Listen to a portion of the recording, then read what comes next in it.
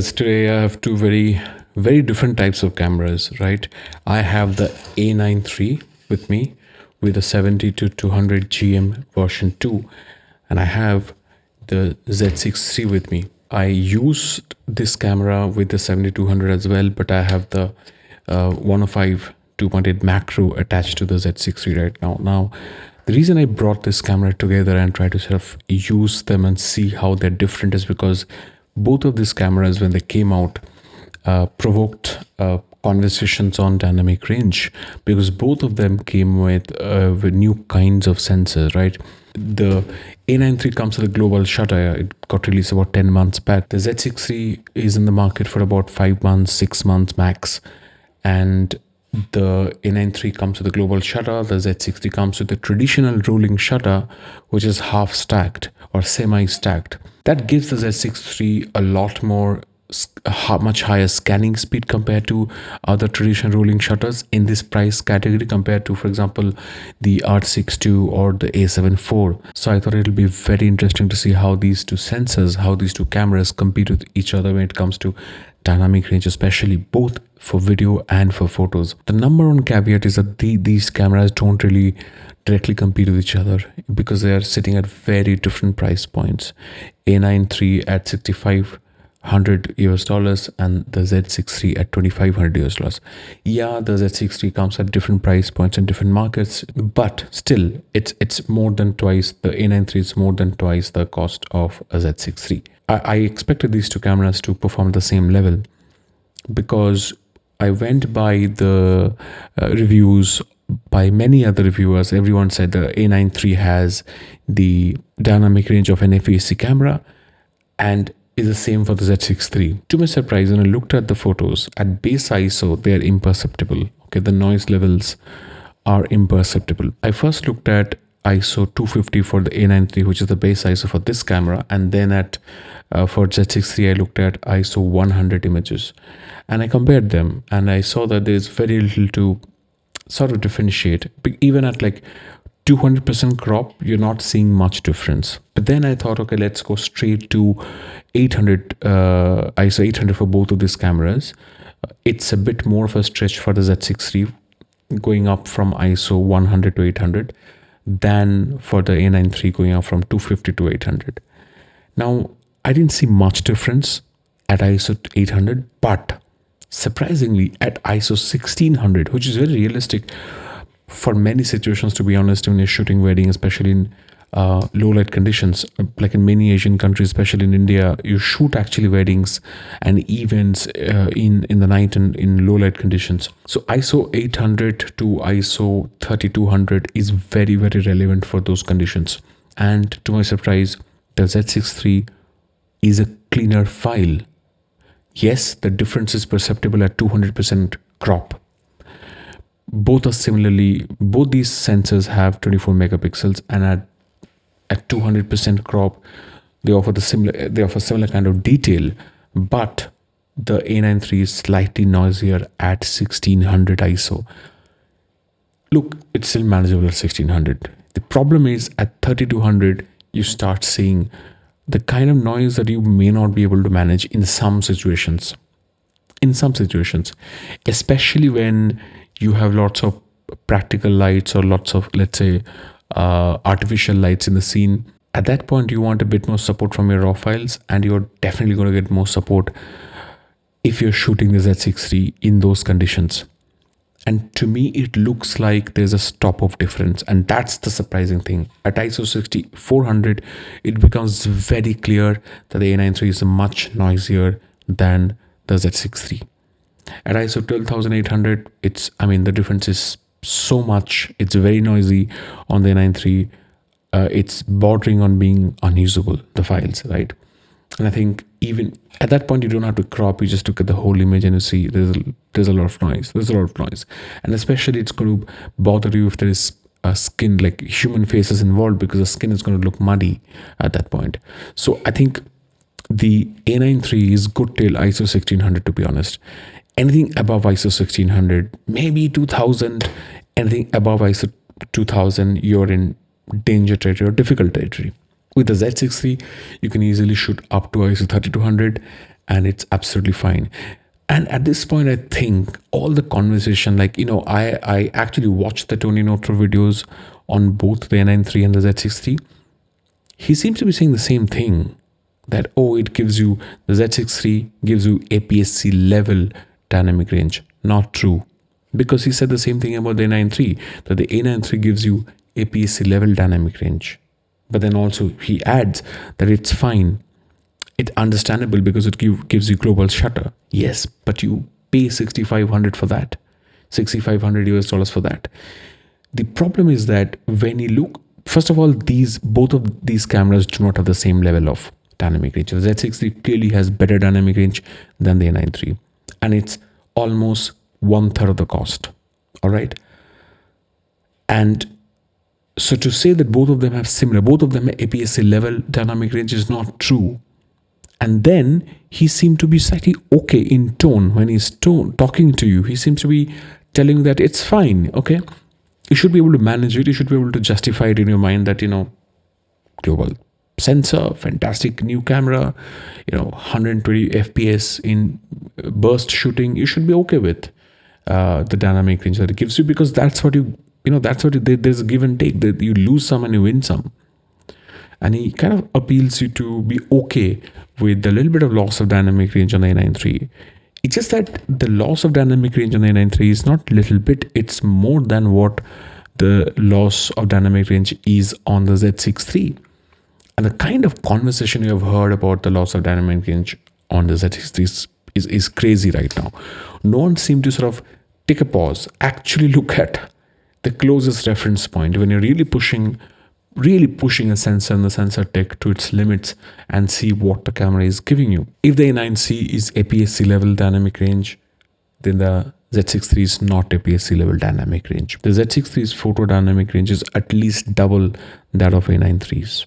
Now let's talk about the video dynamic range. And here, the first thing that you will take note of is that the ISO for S-Log3 starts at ISO 2000. Which to me did not look to me as if it's brighter than ISO 800, which is the standard Sony dynamic range for most Sony cameras in S-Log3. It did not necessarily appear to me to be brighter. But then when you start at ISO 2000, you're thinking, what's going to happen at ISO 8000, which is 2 stops higher than ISO 2000. There is definitely more grain on the A9III at ISO 8000. Which is 2 stops higher than its base, compared to 2 stops higher than the base of the Z6III, which is ISO 3200. So of course you're comparing between 3200 and 8000, but understand it is the same level upward from the base ISOs, right? It's 8000 ISO is 2 stops above the A9III's base. 3200 ISO is 2 stops above from the base of the Nikon Z6III.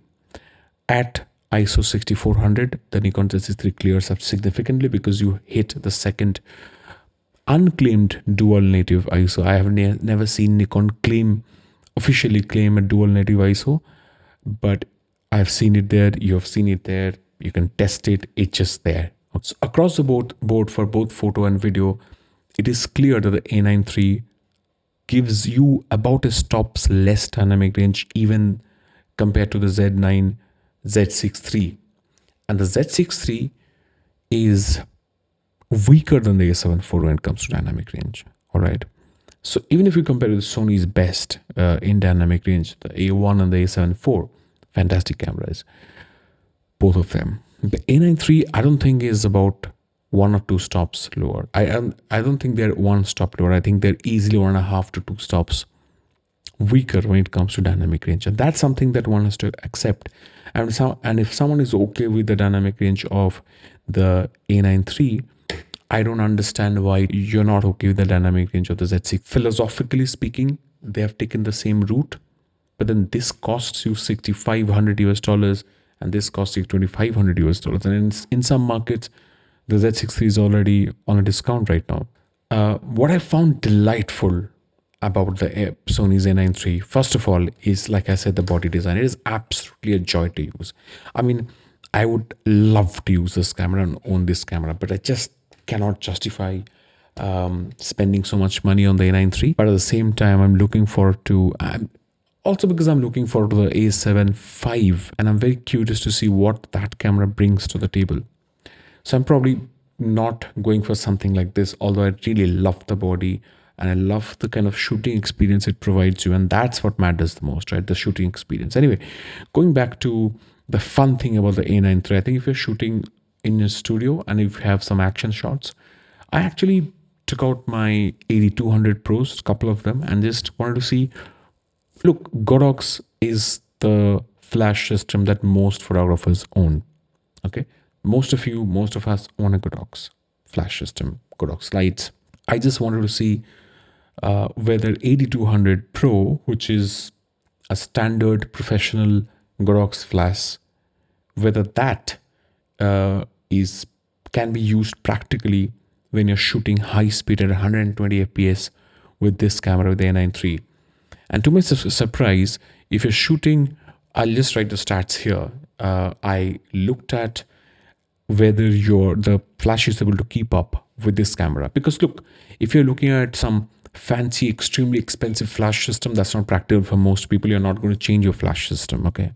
So therefore, most people are going to stay with the flash system that they have and then see whether the A9 III fits in within their ecosystem of the gear that they own. At 1/28th of the power, all right, 1/128th power on the 8200 Pro, you can easily shoot at 120 fps with RAW and JPEG.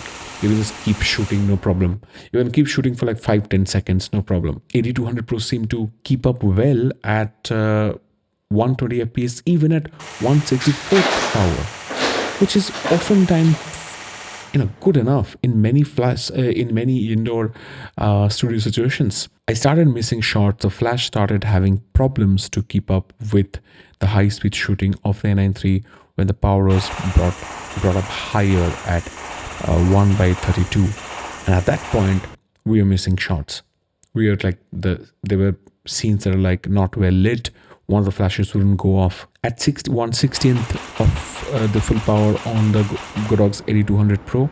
Yeah, you're missing a lot of shots. Like almost, I think only about 20% of the shots were actually well lit at that point. So that tells me that as a high-speed shooting camera, an affordable flash system like the Godox flash system is practical with the A9 III, and that is where at that point I felt almost jealous about whoever owns the A9 III, because the kind of stuff we can create with those kind of shots is amazing. You can create crazy shots when you can shoot in studio scenarios at 120 fps. You can create art. You can create fascinating moving images. You can create effects. My question was that do I get any advantage at 20 fps, which is the highest that the Z6III can do? Well, not really. The sweet spot is about 1/60th of the power, 1/64th of the power. So even at 20 fps, you're not necessarily gaining anything. The flash is not allowing you to shoot more. Let's say you're not being able to shoot more at 1/16th of the full power, which is what I was expecting. So all in all, I think Nikon should probably now go for like 40 fps or 50 or 60 fps, because that would be cool to see from Nikon. All the Nikon cameras cap out at 20 fps for fast burst shooting. So that's my understanding of these two cameras, and I think the A9 III is a fantastic camera, but at the same time I feel that if you're talking about dynamic range, of course, the Z6III is ahead of the A9 III. For everything else, for speed, of course, the A9 III is ahead. You can buy a couple of Z6IIIs and probably a couple of primes or even 3 primes, and then that's the money that you have to pay for a single A9 III body. So Z6III is a tremendous value if you are looking for a full kit and you want to actually have a camera that does almost everything. Let's face it, although I love the fancy thing that the A9 III can do at 120 fps, those are very, very those are very rare occasions. They're very, very specific scenarios when one is going to look for that kind of shooting, that kind of effect. So yeah, for 99.99% of situations, the Z6 III is fine. And I checked with the local rental house and I said, tell me what kind of people are actually renting out the A9III. Surprisingly, the A9III is being rented out for studio situations, not for sport photography situations. So now while shooting, doing these tests, I found something very, very incredible, very, very interesting about the 7200 lenses from Nikon and from Sony. I'm going to talk about that. I mean, it's a surprising revelation to me. I'm going to talk about that in the next video. So watch out. Subscribe to the channel and let me know what you think of this conversation. Let me know what you like. I'm really, really interested to know, guys. Like, what's your opinion about the dynamic range conversation of the Z6 III and the A9III? I would like to know. And please help this channel reach 8,000 subscribers soon. You can tell me what you want from this channel. I want to create value for you, specifically for you. A lot of you actually leave comments asking questions. I'm going to start responding to them going forward. I haven't been able to do that yet, but I promise you that's one change that I'm going to bring to the channel. So it was great seeing you. Let me know what you want to hear more from me, and I'm looking forward to the conversation that we can have on these two cameras. Wait for the 70 to 200 video.